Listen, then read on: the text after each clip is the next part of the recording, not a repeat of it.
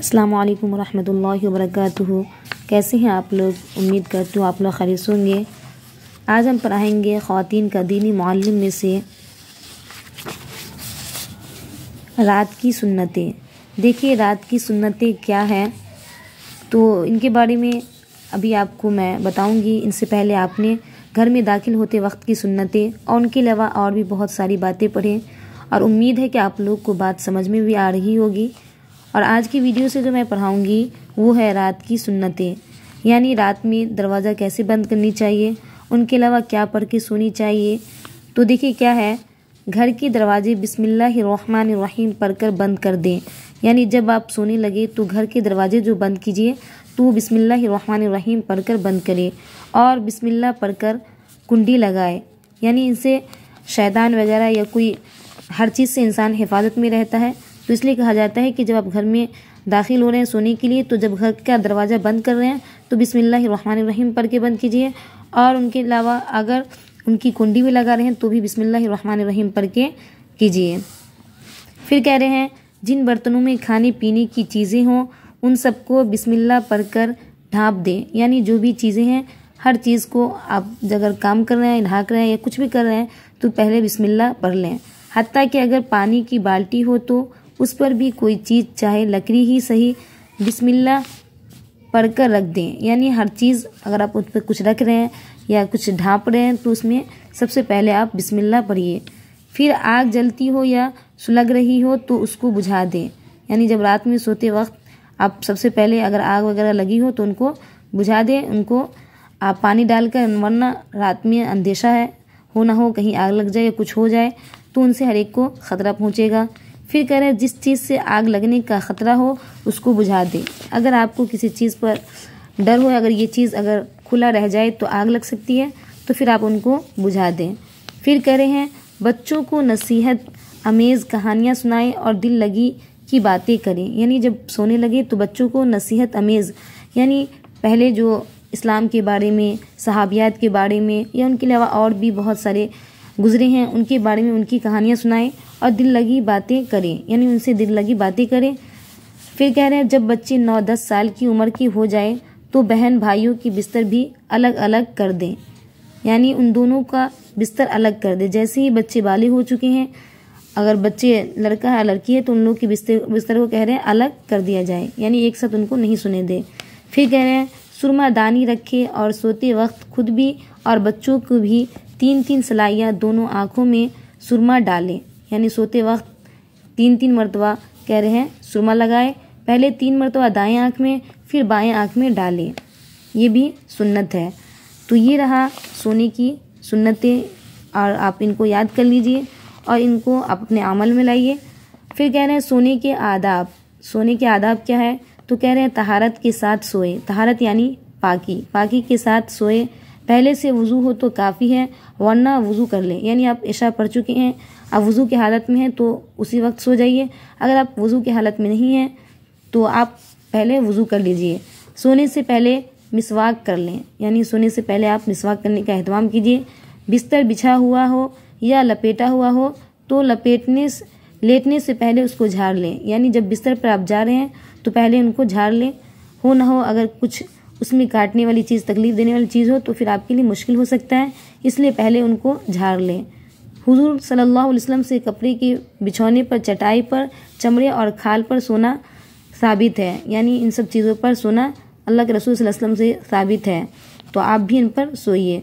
हुजूर अलैहिस्सलातु वस्सलाम से चारपाई पर और ज़मीन पर दोनों तरह से सोना साबित है। यानी अगर आप चाहें तो चारपाई पर भी सो सकते हैं और ज़मीन पर भी, क्योंकि ये हुजूर सल्लल्लाहु अलैहि वसल्लम से साबित है। दाहिनी करवट पर किबली की तरफ रुक करके सोना। यानी दाहिनी करवट किबली की तरफ आप चेहरा यानी रुक करके सोना है। दाहिने हाथ पर गाल रखकर सोना। सोने से कब्ल यानी सोने से पहले सूरह इखलास, सूरह फलक, सूरह नास पढ़कर दोनों हाथों की हथेलियाँ मिलाकर उन पर फूंक मारे।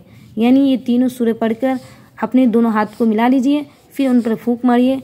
फिर दोनों हाथ को सर से शुरू करके पैरों तक, उसके बाद कमर की तरफ फेर लें। इसी तरह 3 बार करें। यानी इसी तरीके से करके 3 बार आप कह रहे हैं कि आप सूरह फलक, सूरह नास और सूरह इखलास तीनों पढ़ लीजिए। दोनों हाथ को मिलाकर उन पर फूकिए। फिर दोनों हाथ को सर से शुरू करके पैरों तक, उसके बाद कमर की तरफ यानी पीछे कमर की तरफ फेर लें। इसी तरह से 3 बार करें। फिर कह रहे हैं लेट कर ये दुआ पढ़ना, अल्लाहुम्मा बिस्मिका अमूतु व अहया। ये सोने से पहले की दुआ है, इनको आप याद कर लीजिए। 3 बार ये इस्तग़फ़ार पढ़े, अस्तग़फ़िरुल्लाहल्लज़ी ला इलाहा इल्ला हुवल हय्युल क़य्यूम व अतूबु इलैह। फिर कह रहे हैं 33 मरतबा सुबहान अल्लाह, 33 मरतबा अल्हम्दुलिल्लाह और 34 मरतबा अल्लाहु अकबर पढ़े और आखिर में कलमा तैयबा पढ़कर सो जाए। यानी इन सबको पढ़ने का आप एहतमाम कीजिए और इन्हें पढ़िए। फिर आगे कह रहे हैं रात को सूरे वाक़िया का विर्द कर लेने से फ़ाक़ा की नौबत नहीं आती है, इसलिए आप मगरिब बाद या इशा बाद सूरे वाक़िया पढ़े रोज़ पढ़ा कीजिए। इनसे फ़ाक़ा की नौबत यानी भुखमरी की नौबत नहीं आती है। तहज्जुद की नमाज़, तहज्जुद की नमाज़ के लिए उठने की नीयत करके सोना, यानी अगर आप चाहते हैं तहज्जुद की नमाज़ पढ़ना तो आप उनकी नीयत करके सोइए। तहज्जुद के लिए मुसल्ला सरहाने रख कर सोना, यानी अपने पास मुसल्ला को रख कर सोइए। वज़ू का पानी और मिसवाक पहले से तैयार रखना, यानी पहले से ही वज़ू का पानी और मिसवाक को रखना है। इशा की नमाज के बाद बिला ज़रूरत दुनियावी बातें करना मना है, यानी मकरूह तंज़ीही है। इसमें वक्त लगाने से तहज्जुद की नमाज छूट जाती है और कभी तो फ़जर भी क़ज़ा हो जाती है। इसलिए बगैर ज़रूरत के आप इशा बाद कोई बात नहीं करें, सो जाए। अगर आपको दीनी बात हो तो आप कर सकते हैं, ज़रूरी काम हो तो कर सकते हैं, वरना बगैर काम के आप उस वक्त नहीं जागिए तो ज़्यादा बेहतर है। और जागनी भी नहीं चाहिए। जिस वक्त भी रात को आँख खुल जाए सुबह सादिक से पहले तहज्जुद की नमाज़ पढ़ना, यानी जब भी आँख खुल जाए तो आप सुबह सादिक से पहले आप चाहे 4 पढ़िए, 8 पढ़िए, 12 पढ़िए, आप नमाज़ पढ़ लीजिए। फ़ायदा नंबर 1, जिसकी तहज्जुद के वक्त आँख ना खुलती हो तो इशा के बाद 4 रकात तहज्जुद की नीयत से पढ़ लिया करें, यानी 4 रकात तहज्जुद की नीयत से इशा बाद ही आप पढ़ लिया कीजिए। ये रकातें तहज्जुद में शुमार हो जाती हैं। फिर अगर रात को आँख खुल जाए तो उस वक्त तहज्जुद की नमाज़ पढ़ लिए, वरना ये 4 रकात भी काफ़ी हो जाएंगी।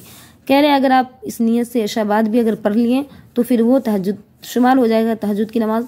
अगर आप सुबह उठ रहे हैं सुबह सादिक से पहले तो उस वक्त भी फिर से पढ़ सकते हैं। नंबर 2, तहज्जुद की कम अज़ कम 2 रकात और ज़्यादा से ज़्यादा 12 रकात होती हैं। बाकी नवाफिल जिस कदर चाहें पढ़ें, ज़िक्र इलाही करें, तिलावत करें। अगर चाहे तो तहज्जुद पढ़कर फिर सो जाएं, दुरुस्त है, मगर फ़जर की नमाज अपने वक्त पर अदा करें। आप तहज्जुद पढ़ के सो भी सकते हैं, लेकिन शर्त है आप फ़जर की नमाज वक्त पर अदा करें।